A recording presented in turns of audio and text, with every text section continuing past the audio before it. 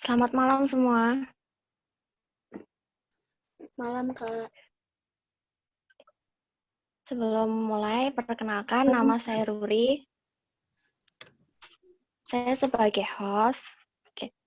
Sebelum mulai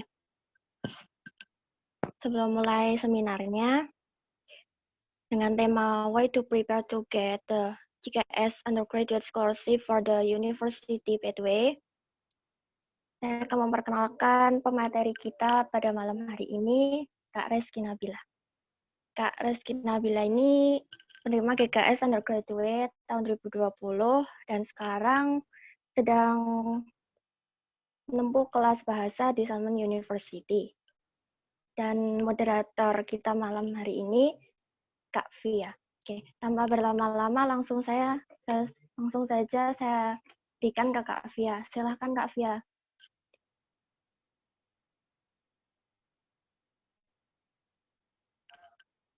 Kak Via.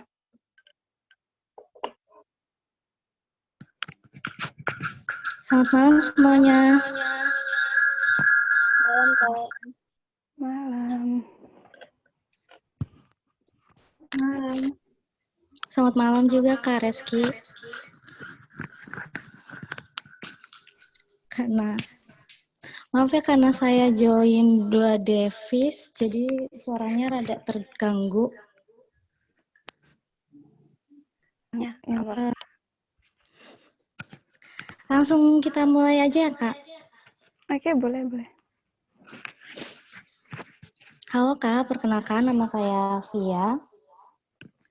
Saya satu moderator dalam acara ini. Apa kabar Kakak hari ini? Alhamdulillah baik. Berarti sekarang ini nama saya Reski Nabila, panggilnya Nabila. Oh ya. Kak Nabila berarti saat ini sedang di Korea Selatan ya? Iya, lagi di Korea Selatan di kota Asan. Sedang belajar di Sanmun University, belajar Korea.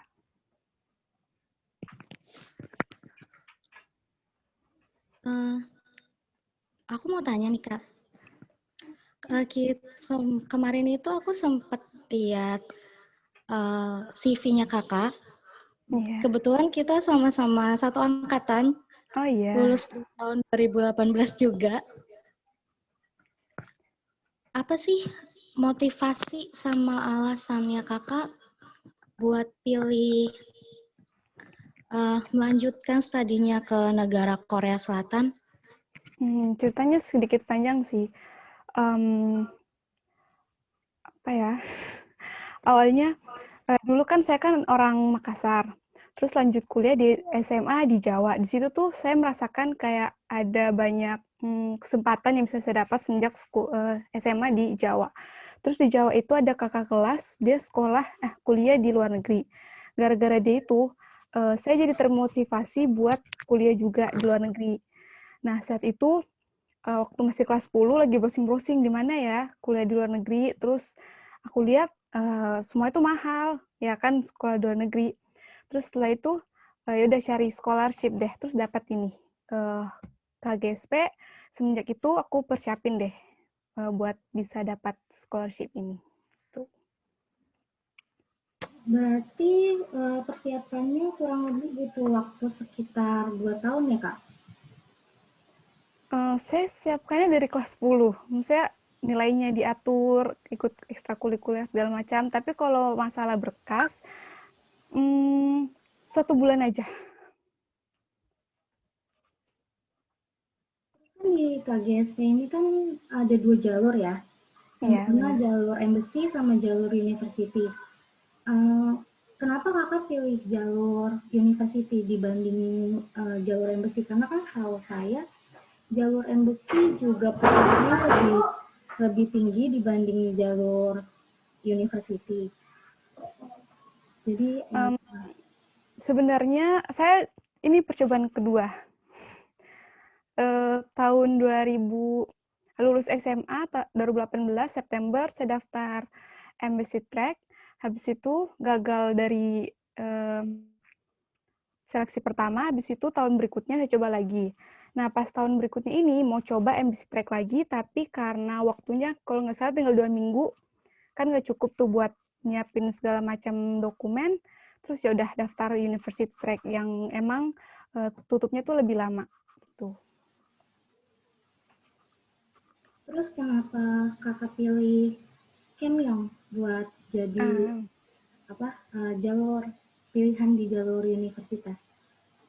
Sebenarnya kan saya juga nggak kurang tahu ya universitas-universitas yang ada di Korea dan pilihannya emang sangat banyak. Habis itu saya coba cek di website Study in Korea. Di situ kan saya pengen banget jurusan public health. Terus cari di mana universitas yang menyediakan public health. Kebetulan Keimyung University menyediakan dan masuk juga di list university di University Track. Dan setelah itu saya juga kayak cari tahu Keimyung University gimana sih, dan ternyata kayak cocok gitu, suasananya bagus, lihat di internet aja sih gitu.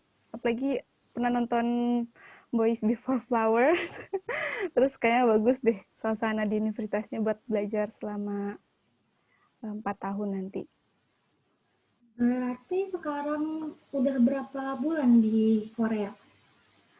Datangnya bulan Februari, berarti udah berapa bulan ya? 9 bulan. Selama ini gimana sih suka dukanya? Nah, pas datang di Korea, apakah homesick, mulai homesick gitu, terus cara ngatasinnya gimana? Kan karena corona juga ya, sebagian besar kegiatan di kamar. Terus homesick ya ada. Jadi kadang kalau homesick ya video call sama orang tua. Terus kalau kangen sama makanan Indo, ke resto Indo ada di sini walaupun ya harganya cukup mahal. Terus kan tadi kakak bilang 1 bulan ya kalau buat persiapan dokumen-dokumennya. Iya benar. Apa aja sih dokumen yang dipersiapin buat ikut KGSP di jalur universitas? Yang perlu disiapin sih kurang lebih sama ya, sama Embassy Track. Cuman yang University Track nggak perlu yang 3 kopi. Yang perlu disiapkan tuh, tunggu aku cek dulu ya, nggak apa.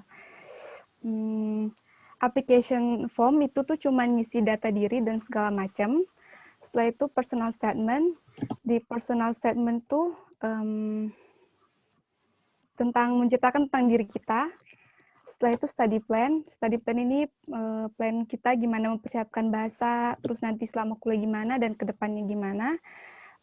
Terus recommendation letter dari 2 orang berbeda. Waktu itu saya mintanya dari kepala sekolah dan wali kelas. Setelah itu personal medical statement ini cuma isi-isi doang tentang kesehatan pas daftar saat itu. Terus transkrip nilai, ijazah, ini kayak kakak KTP gitu yang di translate, terus dicap notaris, award kalau ada, dan sertifikat bahasa Korea atau Inggris. Dan ini opsional kalau yang sertifikat bahasa. Kakak sendiri apply-nya sertifikat untuk bahasa ya kak? TOEFL atau sertifikat TOEFL? Waktu itu apa sih, TOEFL, ngampirin TOEFL. Kira-kira skor TOEFL minimumnya biar maksudnya lolos itu berapa kak? Sebenarnya nggak ada sih kayak misalnya harus berapa, tapi kalau menurut saya sih minimal kudu dapat 500 deh kalau misalnya PBT. Kalau saya PBT ya. Gitu. Kakak kan di sini pilih itu kan apa jurusan public health. Ya, public health. Berarti masuk di Fakultas Natural Science. Ya. Ada pertanyaan, apa sih bedanya public health sama psikologi? Kalau public health itu kita lebih mempelajari gimana cara mencegah suatu penyakit. Terus gimana kita mempromosikan kesehatan. Kalau psikologi lebih ke apa ya? Lebih ke psikologi, gimana jelasinnya ya? Kalau public health lebih general, semuanya dipelajarin. Tapi gimana cara mencegahnya? Tapi kalau psikologi, cuman psikologi aja. Mental health gitu. Itu bedanya. Kebetulan aku juga punya. Kemi University. Iya, terus jadi tuh tahun 2018 niatnya emang mau ikut, cuman kayak bingung apa aja yang harus dipersiapin. Jadinya kebetulan dapat info study fair. Di sana ada expo kampus dari seluruh kampus di Korea, di Jakarta, di JCC. Terus iseng-iseng tanya-tanya di Kemyong. Tadinya sih pengennya Yonsei, cuman kayaknya terlalu tinggi. Terus lihat-lihat di Kemyong, kalaupun nggak ikut jalur scholarship, biayanya nggak begitu tinggi kan. Lihat ini sih data 2018 ya Kak. Gitu. Di Kemyong juga disediain, dari sini sih aku lihat disediain asrama juga ya. Apakah nanti tahun depan Kakak pindah ke asramanya Kemyong?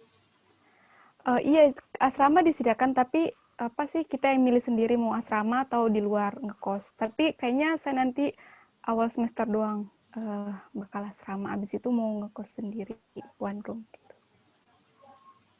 Bukannya kalau kos itu tahu ada uang deposit gitu. Iya, benar. Makanya awal semester mau apa sih namanya, kumpulin duit dulu buat deposit yang lumayan gede itu. Terus pas datang ke Korea itu Kakak ngalamin culture shock nggak sih? Sejauh ini ada sih. Di sini tuh kalau orang pacaran bener-bener di depan kepala kita sendiri, kadang kiss, pelukan gitu. Jadi itu shock banget sih. Kan kalau di Indo kan nggak mungkin. Iya sih. Kalau buat makanannya sendiri nih Kak, kan kita muslim ya, pasti kan rada susah juga cari yang halal gitu kan. Tips dari Kakak nih, pas di sana buat teman-teman yang lolos cari makanan halalnya tuh gimana? Kalau datang nanti, kalau ada yang lolos ke sini nanti atau main-main ke Korea, walaupun nggak tahu Korea, setidaknya tahu, nanya ini ada dejinya nggak. Setelah itu mereka pasti bakal ini ada dijelasin segala macam, yang mana ada yang mana enggak gitu. Terus kadang tuh di cemilan atau di apa tuh jelas banget kok ada dejinya. Itu kayak di caps lock gitu, deji. Ada babi maksudnya. Jadi gampang sih selama di sini. Ajum-ajumnya juga bakal bantu. Aku nggak bisa makan deji, terus bagusnya makannya apa gitu. Dipilihin, bagusnya makannya ini gitu. Oh iya, terus kan tadi Kakak bilang Kakak udah pernah ikut 2 jalur kan, jalur embassy, udah pernah ikut. Menurut Kakak nih, apa yang bikin Kakak nggak lolos di jalur embassy? Waktu kemarin tuh yang percobaan pertama, siapinnya kayak setengah-setengah gitu. Kayak apalagi tuh bahasa Inggrisnya masih kurang juga waktu itu. Habis itu apalagi ya, kayak banyak banget yang kurang. Compare, aku baca lagi ya sebelum daftar, aku baca lagi kan semua dokumen yang aku lampirin, dan banyak banget yang kurang. Nggak aku cek berulang kali dulu, kayak typo segala macam. Walaupun itu nggak terlalu itu, tapi ngaruh menurutku. Terus kayak yang aku jelasin di saya itu terlalu bertele-tele, kayak nggak jelas mau arahnya tuh kemana. Yang dijawab juga lari kemana gitu. Jadi percobaan kedua lebih jelas gitu. Buat esainya sendiri Kakak ambil tema apa nih kalau boleh tahu? Kebetulan temanya udah ditentuin ya. Kalau apa sih? Motivation letter, tunggu sebentar. Udah ada itunya yang perlu ditulis apa aja. Motivation letter, tunggu sebentar.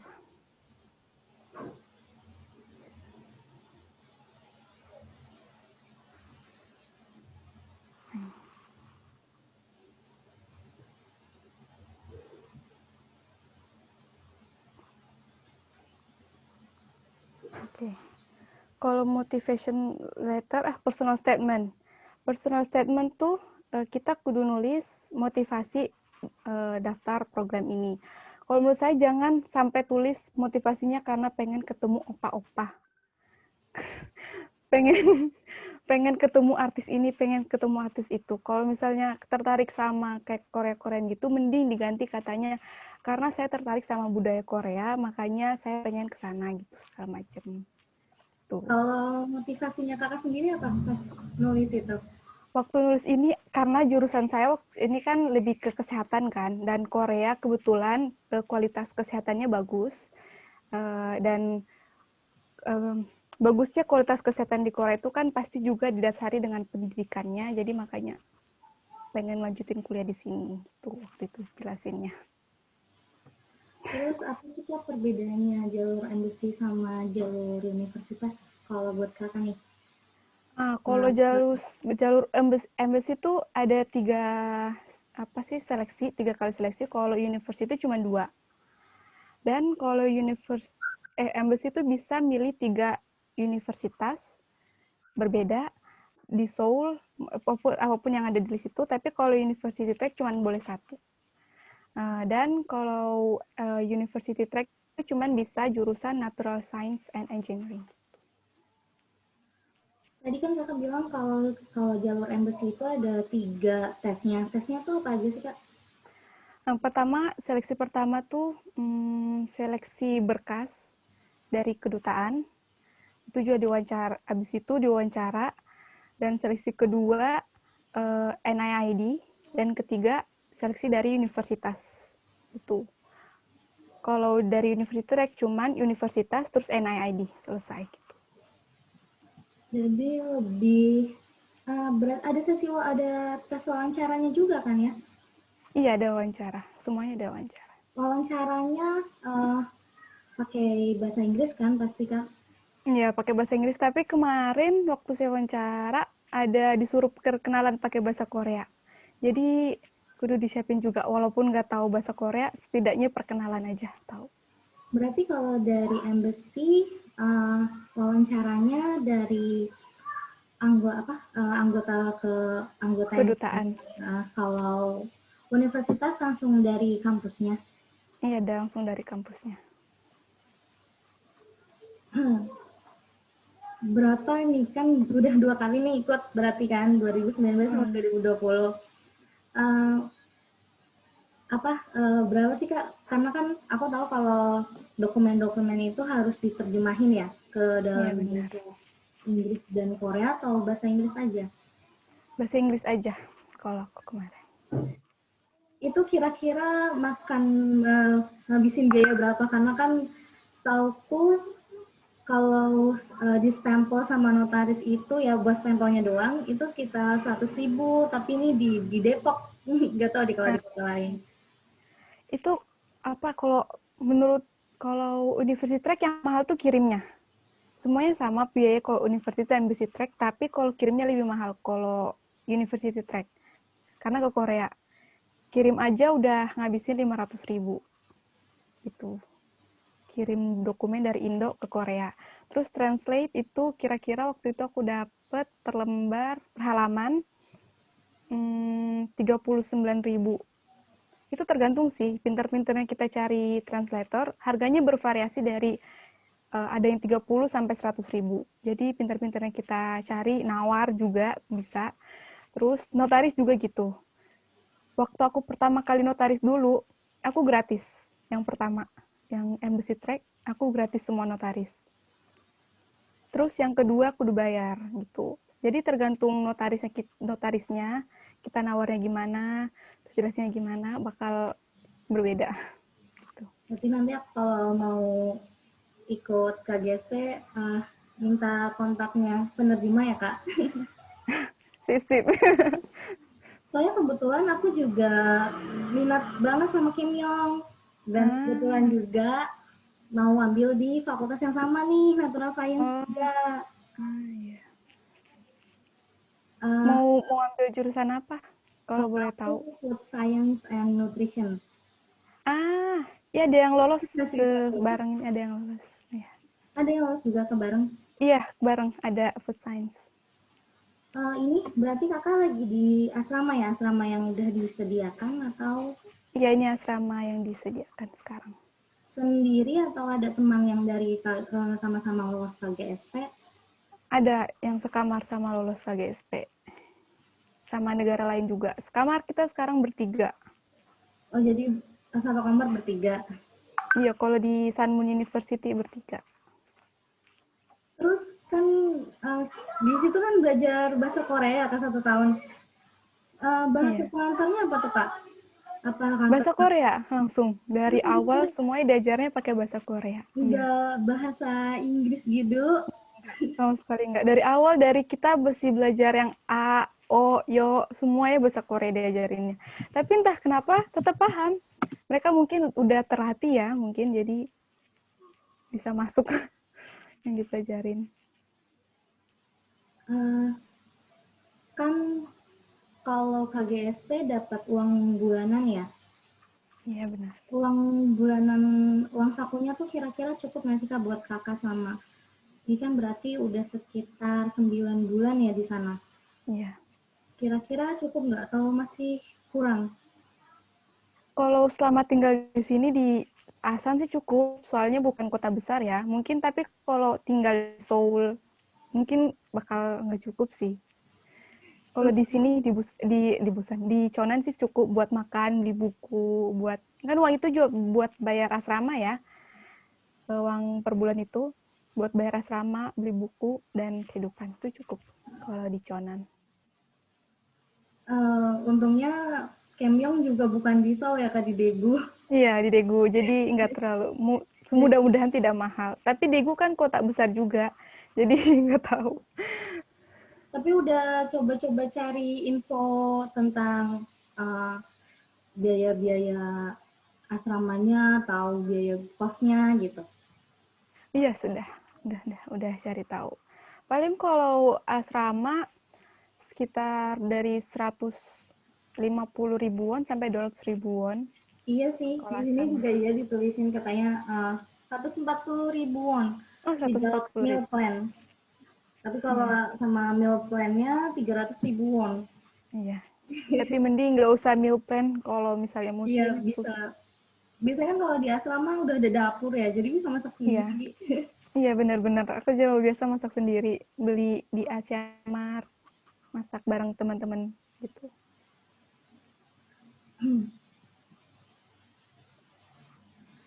Berarti kemarin sertifikat yang dilampirin itu apa aja ya, Kak? Kemarin yang aku lampirin sertifikat organisasi, kayak misalnya kemarin ikut organisasi PKPR, itu organisasi. Juga, Kak? Iya, itu ngaruh. Jadi kayak kita aktif nggak? Bukan aktif di secara akademis, non-akademis juga aktif. Terus bagaimana kita nggak cuma di kelas aja aktifnya, di luar sekolah juga aktif gitu. Jadi organisasi, terus apa lagi ya, lomba-lomba. Walaupun kemarin aku lombanya bukan lomba-lomba kayak olimpiade, tapi malah lomba puisi, lomba teater, aku nalampirin. Jadi nggak apa-apa, tapi aku jelasin apa yang aku dapat habis lomba itu, kayak lebih percaya diri, gimana ngatur waktu, ngikut organisasi, segala macam, itu yang aku jelasin dari award yang aku dapat gitu. Walaupun nggak nyambung sama jurusan. Kalau sertifikat bahasa sendiri nih Kak, kan katanya tadi opsional. Iya. Ada nggak sih temen yang sama-sama